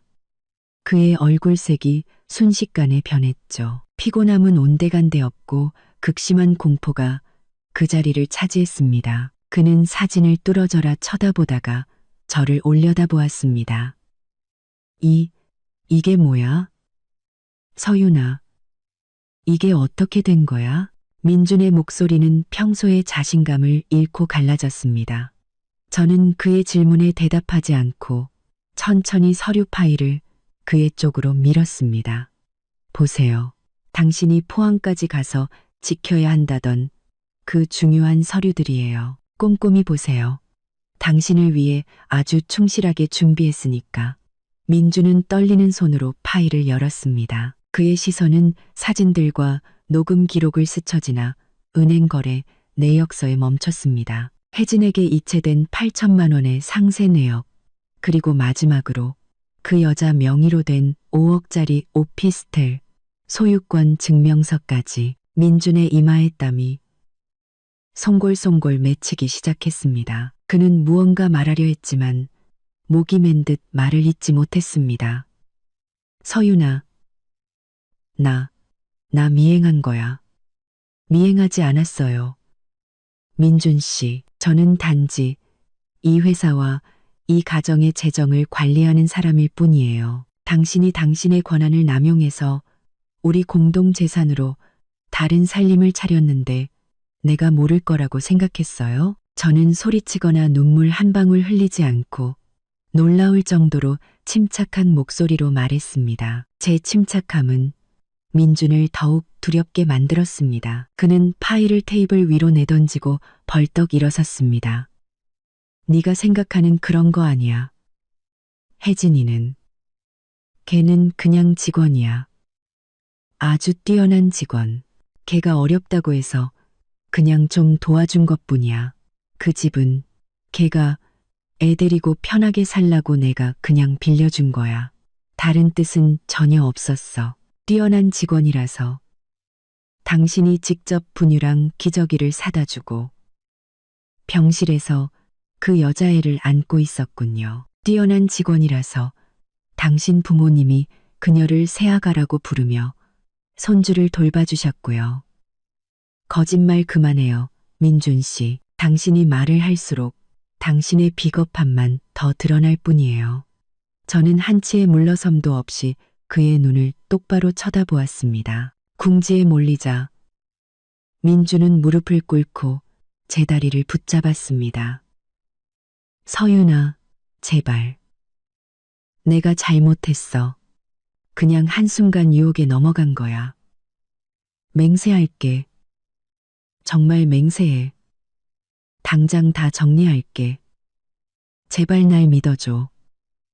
나 버리면 안 되잖아. 이 회사는 우리 거잖아. 다시는 그 여자 얼굴도 안 볼게. 저는 꼿꼿이 선 채 그의 손에서 다리를 빼냈습니다. 당신이 무릎 꿇는 건 반성해서가 아니라 돈을 잃을까봐 두려워서예요. 당신이 무릎 꿇는 건 이 서류 파일 때문이지 내가 당신에게 바쳤던 믿음 때문이 아니라고요. 아니야, 서윤아. 진심이야. 제발 일 크게 만들지 마. 제발 일 크게 만들지 마. 이 일이 밖에 알려지면 우리 가족, 우리 회사 전부 망가진단 말이야. 민준이 애원하며 눈물을 흘리기 시작했습니다. 저는 일 크게 만들지 않아요. 저는 단지 공정함을 원할 뿐이에요. 이제 이 결혼을 끝낼 시간이에요. 이혼, 합의서에 서명해요. 당신이 협조하면 모든 건 조용히 끝날 거예요. 저는 애원하는 그의 얼굴을 똑바로 쳐다보았습니다. 제 마음은 조금도 흔들리지 않았습니다. 민주는 제 발치에 무릎을 꿇고 공포와 눈물로 얼룩진 얼굴을 하고 있었습니다. 하지만 그에게서는 진심 어린 후회를 찾아볼 수 없었죠. 그의 두려움은 저를 잃는 것에 대한 것이 아니라 그가 가진 모든 것, 즉 돈과 명예, 그리고 사업을 잃을 위기에 처했기 때문이었습니다. 서윤아, 무슨 소리 하는 거야? 이혼이라니? 안 돼. 절대로 안 돼. 이혼하면 회사는 어떻게 되고 거래처 사람들은 날 어떻게 보겠어? 민준이 제 옷자락을 붙잡고 애원했습니다. 우리 공동 재산호 8천만 원을 빼돌려서 다른 여자 집 사주고 생활비 대줄 때는 회사 생각 안 했어요? 저는 그의 비굴함을 꿰뚫어 보며 차갑게 물었습니다. 저는 주머니에서 미리 인쇄해둔 종이를 꺼냈습니다. 이건 합의서예요. 여기에 서명하면 우린 평화롭게 이혼할 수 있어요. 당신이 협조한다면 모든 건 비밀로 지켜질 거고요. 민주는 종이를 들여다보더니 그 조항들을 읽고는 눈이 휘둥그레졌습니다. 첫째, 아들 준서의 양육권은 제가 가지며 민주는 양육비를 충실히 지급할 의무를 진다.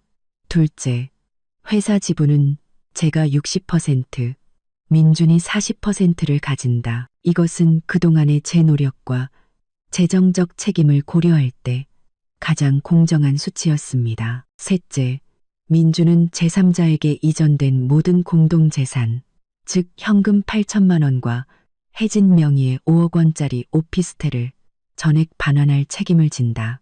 60%? 3전, 그리고 집까지 뺏겠다고? 너 미쳤어? 서윤아, 너 나 죽이려고 작정했어? 민주는 거의 소리를 질렀습니다. 조금 전의 두려움은 분노로 변해 있었죠. 이게 최소한의 조건이에요. 최소한의 조건이에요. 이게 싫으면 저는 법원에 단독으로 이혼 소송을 제기할 거고, 동시에 당신의 외도, 재산 유용, 그리고 당신 가족의 공모에 대한 모든 증거를 모든 거래처와 주주, 친척들에게 공개할 겁니다. 민주는 얼굴이 불그락푸르락해지며 일어섰습니다. 네가 감히? 너 자신도 망가지는 건 두렵지 않아? 이미 당신이 날 망가뜨렸어요.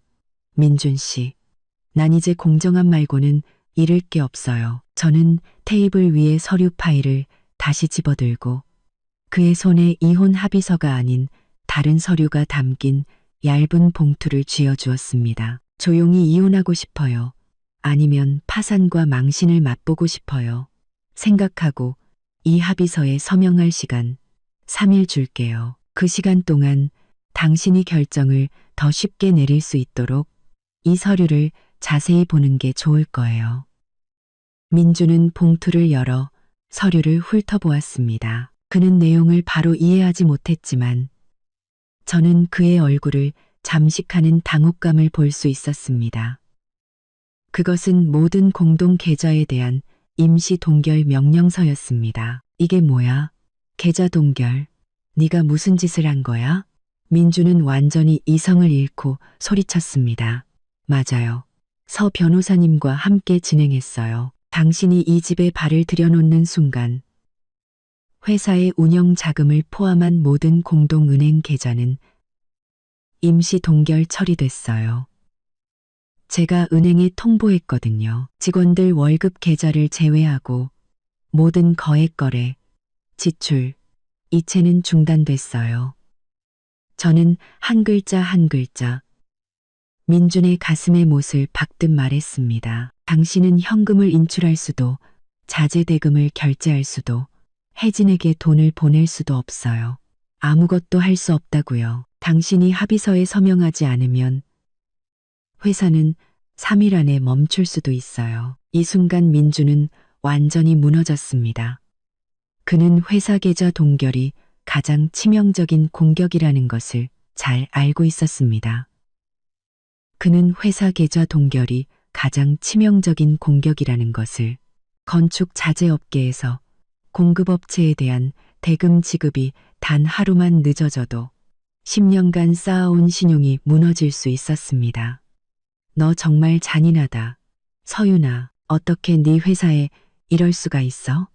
민준이 완전히 절망한 목소리로 중얼거렸습니다. 내가 잔인한 게 아니에요. 난 내 아들의 재산을 지키고 있는 거예요. 회사는 내가 계좌를 동결해서 망하는 게 아니라 당신이 회사 돈을 빼돌려 다른 여자를 먹여 살렸기 때문에 망하는 거예요. 3일 줄게요. 3일 안에 합의서에 서명하고 혜진에게 모든 재산을 반환하라고 요구해요. 저는 일어나 아들 방으로 들어갔습니다. 여기서 잘 생각해요. 오늘 밤은 준서랑 잘 테니까 거짓말쟁이랑 한 방에 있고 싶지 않네요. 저는 문을 닫았습니다. 거실에는 민준이 창백한 얼굴로 망연자실 서 있었습니다. 그는 제가 설계한 정교한 덫에 갇혔고 더 이상 물러설 곳이 없었습니다. 그는 그의 선택은 이제 사랑이나 가족이 아닌 경제적인 생존의 문제였습니다. 다음 날 아침, 민주는 창백한 얼굴과 퀭한 눈으로 일어났습니다. 그는 거실에서 멍하니 앉아 은행과 자신의 변호사에게 전화를 걸었지만 모든 정보는 계좌 동결이 합법적이라는 사실만을 확인시켜 주었습니다. 제가 공동 계좌주로서 재산 분쟁 시 거래 중지를 요청할 권리가 있었기 때문입니다. 민준의 변호사는 제게 유리한 이혼 합의를 받아들이거나 시끄럽고 비용이 많이 드는 법정 소송을 준비하라고 조언할 뿐이었습니다. 민준은 제게 아무 말도 걸지 않고 유령처럼 집안을 배회했습니다. 그는 준서에게 말을 걸려 했지만 아이는 아빠의 긴장된 얼굴을 보고 무서워하는 듯 했습니다. 오후 4시쯤 제가 방에서 내일을 위한 자재 계약서를 검토하고 있을 때였습니다. 아래층에서 큰 소란이 벌어져 저는 깜짝 놀랐습니다. 대문이 활짝 열리고 시끄러운 고함 소리가 들려왔습니다. 저는 침착하게 계단을 내려가 거실을 내려다보았습니다. 시댁 식구들이 모두 몰려와 있었습니다. 시아버지, 시어머니, 그리고 시누이 민지까지. 그들의 얼굴은 분노와 걱정으로 가득 차 있었죠. 민주는 방구석에서 그들을 막으려 했지만 역부족이었습니다. 어머니, 아버지, 민지야. 다들 여기서 뭐 하시는 거예요? 민준이 더듬거리며 말했습니다.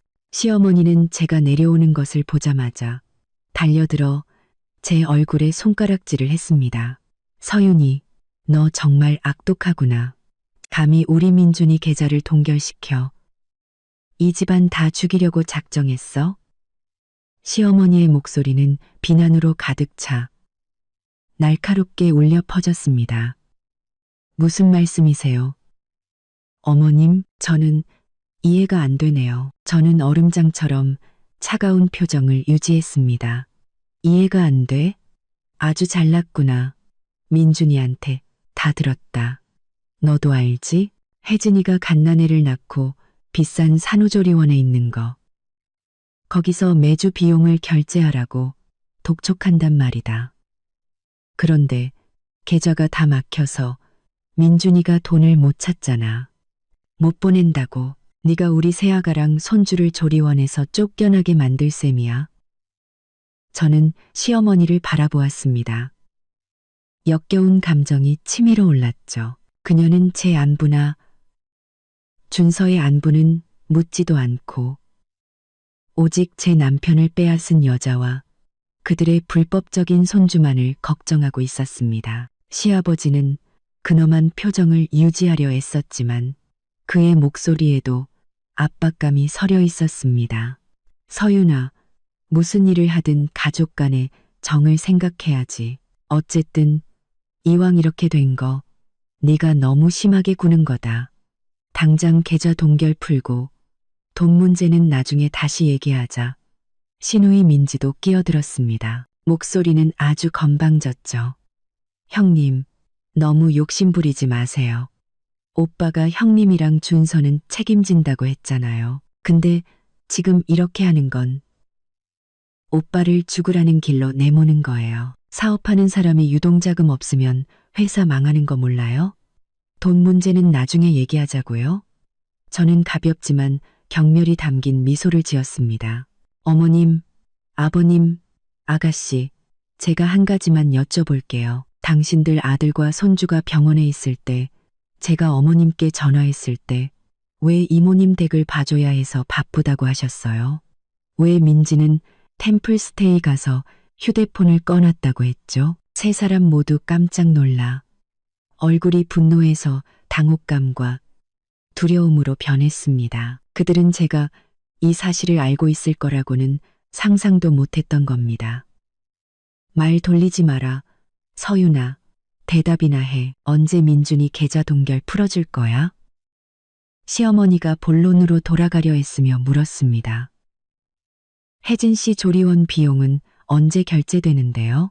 저는 그들의 목소리를 압도할 만큼 조금 더 큰 목소리로 되물었습니다.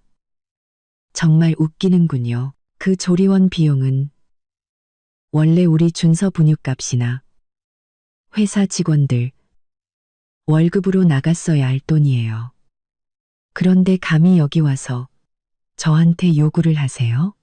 네가 무슨 말을 그렇게 하니? 돈은 민준이가 번 돈인데 네가 무슨 권리로 그런 말을 해?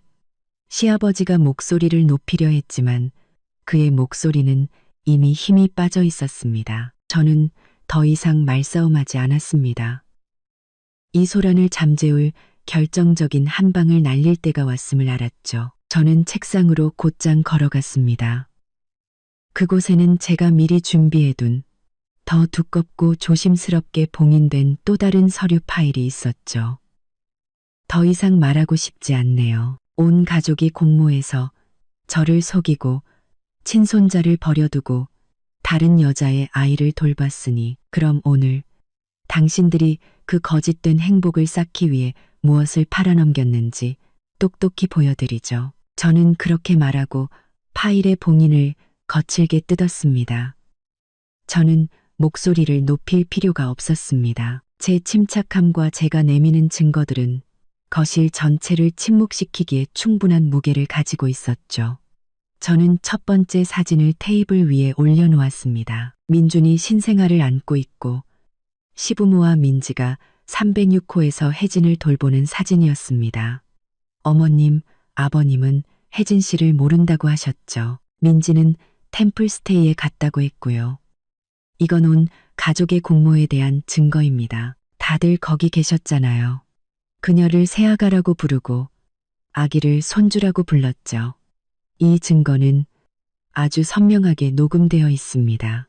시댁 식구들의 얼굴이 순식간에 잿빛으로 변했습니다. 시어머니는 한 걸음 물러서며 손으로 입을 막았고 시아버지는 소파에 털썩 주저앉아 사진을 멍하니 쳐다보았습니다. 저는 멈추지 않았습니다. 저는 다음 페이지로 넘겨 고급 오피스텔 매매 계약서 사본을 보여주었습니다. 이 오피스텔은 5억 원짜리로 민준 씨가 저와 그의 공동 재산을 이용해 사서 혜진 씨 명의로 해준 겁니다. 아버님, 어머님, 이 돈이 민준 씨 개인 돈이라고 생각하세요? 이건 우리 부부가 밤낮으로 고생하며 모은 재산이고 제 피와 땀이 서린 노력의 결과물입니다. 다음은 이체 내역서 사본이었습니다. 이건 현금 8천만 원입니다. 민준 씨가 여러 번에 걸쳐 혜진 씨에게 이체한 돈이죠. 이 돈은 원래 건축 자재를 들여오거나 직원들 월급을 주는데 사용되었어야 합니다. 민준 씨는 내연녀를 부양하기 위해 회사 자금을 빼돌렸습니다. 그런데 이제 와서 저한테 계좌를 풀어 혜진 씨가 산후조리원 비용을 낼 수 있게 해달라고요? 저는 경멸 가득한 목소리로 물었습니다. 당신들은 제 돈과 제 회사를 이용해 새로운 가정을 꾸리고 이제 와서 저한테 양보하라고 요구하는 겁니다. 저는 바보가 아니고 쉽게 당하는 사람도 아닙니다. 방구석에서 조용히 서 있던 민주는 이제 완전히 무너져 내렸습니다. 그는 모든 것이 발각되었다는 것을 알았죠. 시어머니가 마침내 입을 열었지만 목소리는 힘없고 두려움에 가득 차 있었습니다. 서윤아, 우리 민준이 좀 살려다오. 이 일이 밖에 알려지면 우리 집안 체면이 뭐가 되겠니? 체면이요? 당신들이 때를 지어 병원에 가서 제 남편의 내연녀를 돌볼 때 제 체면, 우리 준서의 체면은 생각해 보셨어요? 시아버지는 손으로 얼굴을 가리고 무거운 한숨을 내쉬었습니다. 서윤아, 내가 미안하다. 내가 너무 어리석었어. 내가 잘못했다는 거 안다. 하지만 우리 민준이한테 살 길은 좀 열어줄 수 없겠니? 네가 이렇게 계좌를 묶어두면 회사는 망하고 말 거야. 회사가 망하느냐 마느냐는 민준 씨에게 달렸어요. 저에게 유리한 이혼 합의서에 서명하고 그 내연녀에게 재산을 반환하라고 요구하기만 하면 돼요. 그러면 저는 즉시 회사 계좌 동결을 풀고 모든 것은 법원에서 해결될 겁니다. 그렇지 않으면 그는 공동 재산 유용 행위에 대해 법적 책임을 져야 할 거예요. 더 이상 할 말이 없었습니다. 집안의 가장인 시아버지부터 막내딸인 시누이까지 시댁 식구들은 부인할 수 없는 증거 앞에서 완전히 침묵했습니다. 그들은 분노와 압박감으로 무장하고 이곳을 찾아왔지만 이제는 진실 앞에서 고개를 숙여야만 했습니다. 몇 분간의 무거운 침묵 끝에 시아버지가 일어섰습니다. 그만, 우리 돌아가자. 서윤아, 내 뜻대로 하려무나. 아비는 더 이상 할 말이 없다. 그들은 모욕감 속에서 떠났습니다. 작별 인사 한마디 없이 말이죠. 시어머니는 시어머니로서의 위엄을 모두 잃은 채 앞장서 걸었고 민지는 저를 쳐다보려 했지만 그녀의 눈에는 두려움만 가득했습니다. 저는 그들의 뒷모습이 대문 뒤로 사라지는 것을 보았습니다. 소라는 끝났고 저 서유는 이 첫 번째 전투에서 승리했습니다. 이제 모든 압박은 민준에게로 향했습니다. 시댁 식구들이 굴욕적으로 떠난 후 민준은 완전히 무너졌습니다. 더 이상 자신을 보호해 줄 사람이 없다는 것을 깨달았죠. 즉시 파급 효과가 나타났습니다. 몇 시간 안에 민준의 휴대폰이 쉴 새 없이 울리기 시작했습니다. 공급업체가 아니라 주요 거래처와 집안의 큰어른들이었습니다. 집안의 가장 큰어른인 큰아버지가 민준에게 전화를 걸어 실망 가득한 목소리로 말했습니다. 민준아, 네가 지금 무슨 짓을 하고 다니는 거냐? 온 집안 어른들한테 전화가 빗발친다. 네가 밖에서 애 낳고 새 살림 차렸다고. 네가 이러면 우리 집안 체면이 뭐가 되냐. 회사의 가장 큰 거래처에서도 전화가 와서 곧 체결될 계약을 취소하고 계약금을 돌려달라고 요구했습니다. 민준 씨, 사업을 어떻게 하는 겁니까? 회사 돈 빼돌려서 여자 집 사주는데 내가 어떻게 당신이랑 사업을 같이 하겠소? 회사 계좌도 동결됐다면서 집안일이나 잘 해결하시오. 사업에 피해 주지 말고. 시댁 식구들의 압박은 민준을 두렵게 했지만 친척들과 사업 파트너들의 압박은 그를 벼랑 끝으로 내몰았습니다. 명예는 민준이 가장 소중히 여기는 것이었고 이제 그것이 산산조각 나고 있었습니다. 저녁에 민준이 집에 돌아왔습니다. 그는 더 이상 무릎 꿇고 사과하지 않았습니다. 대신 극심한 피로와 절망에 빠져 있었죠. 내가 졌어.